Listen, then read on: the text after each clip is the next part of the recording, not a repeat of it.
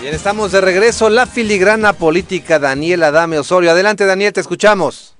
Gracias, te doy un saludo muy afectuoso para nuestra audiencia. Y a propósito precisamente del conjunto de distracciones que están poblando el mundo de la política, lo mismo en la perspectiva global que también en la República Mexicana, es muy importante, ya que se abordan noticias falsas desde la propaganda gubernamental, desde el punto de vista del manejo de la comunicación política que hace todos los días el presidente López Obrador. Digamos, el punto de vista cuando se dice mucho en los días más recientes a propósito de la elección presidencial y su conteo en Estados Unidos, y se habla, por ejemplo, de que las autoridades de ese país, lo mismo las locales que las federales, serán las que en definitiva estarán a cargo de dar una decisión final. Están abordando la noticia, digamos, más falsa, porque eso ya ocurrió, es decir, eso no les corresponde a ninguna autoridad de esa nación, porque en realidad todo el conteo proviene justamente del voto que en tres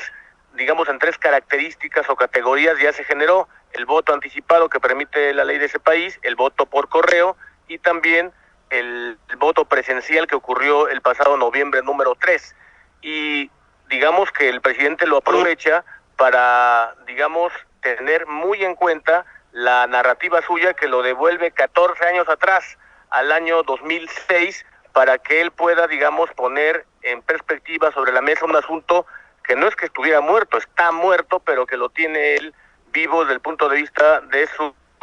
comunicación política. Y creo que vale evocar aquel texto muy bueno que puso, por ejemplo, en la mesa hace esa buena cantidad de años, 12, 13 años, el politólogo José Antonio Crespo, cuando hablaba justamente que hablen las actas. Y esa elección nos dice muy bien que si algo ha funcionado en México es la fortaleza, el vigor de su sistema electoral, es decir, aquel esquema que a pesar de todo sigue funcionando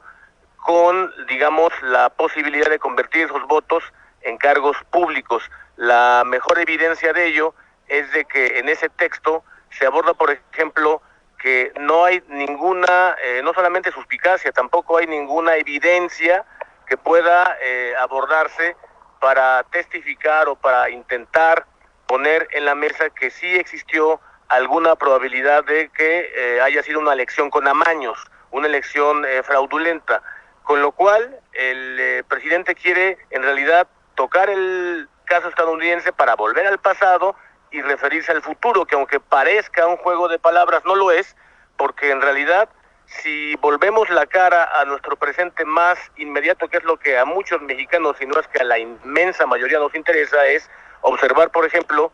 qué ocurrió en el año 2018, justamente el proceso de legitimidad, es decir, que el sistema electoral simplemente ejerció su capacidad para funcionar,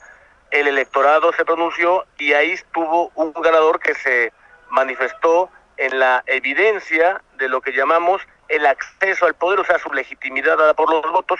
Lo que no ha podido, digamos, sostener el propio presidente es la posibilidad de que ese acceso se transforme en el buen desempeño, y por eso esta narrativa. Yo creo que también lo hace porque hay evidencias muy claras del año 2019, en el cual apenas un año después de la elección, en realidad lo que ocurrió fue el arrasar por una fuerza de la oposición, como fue el caso del PAN, en el 2020 del PRI, y las proyecciones, que no son otra cosa que una serie de estudios estimados respecto a la probabilidad de que triunfe de nueva cuenta un factor que está no necesariamente en la oposición, pero que sí que está en contra y manifestándose en contra de la propia gestión pública del presidente, que es, digamos, ese sector tan influyente en la parte social y política que representan en cualquier país, y en México no es diferente. Ya ha ocurrido, las clases medias, que son la evidencia más importante, que no es un sector que está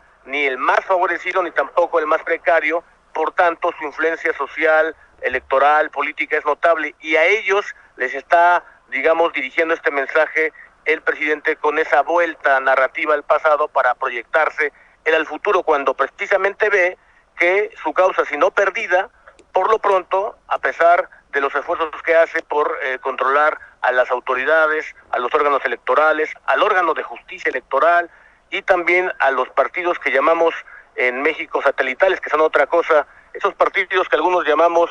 maruchan porque les pone uno agua y ahí está el partido. Es la evidencia más notable de que quiere volver con el pasado a proyectarse al futuro, y los mexicanos están dispuestos a inconformarse de la manera más institucional, a través de elecciones libres y que sean creíbles y que se manifiesten para favor de la gente. Todo.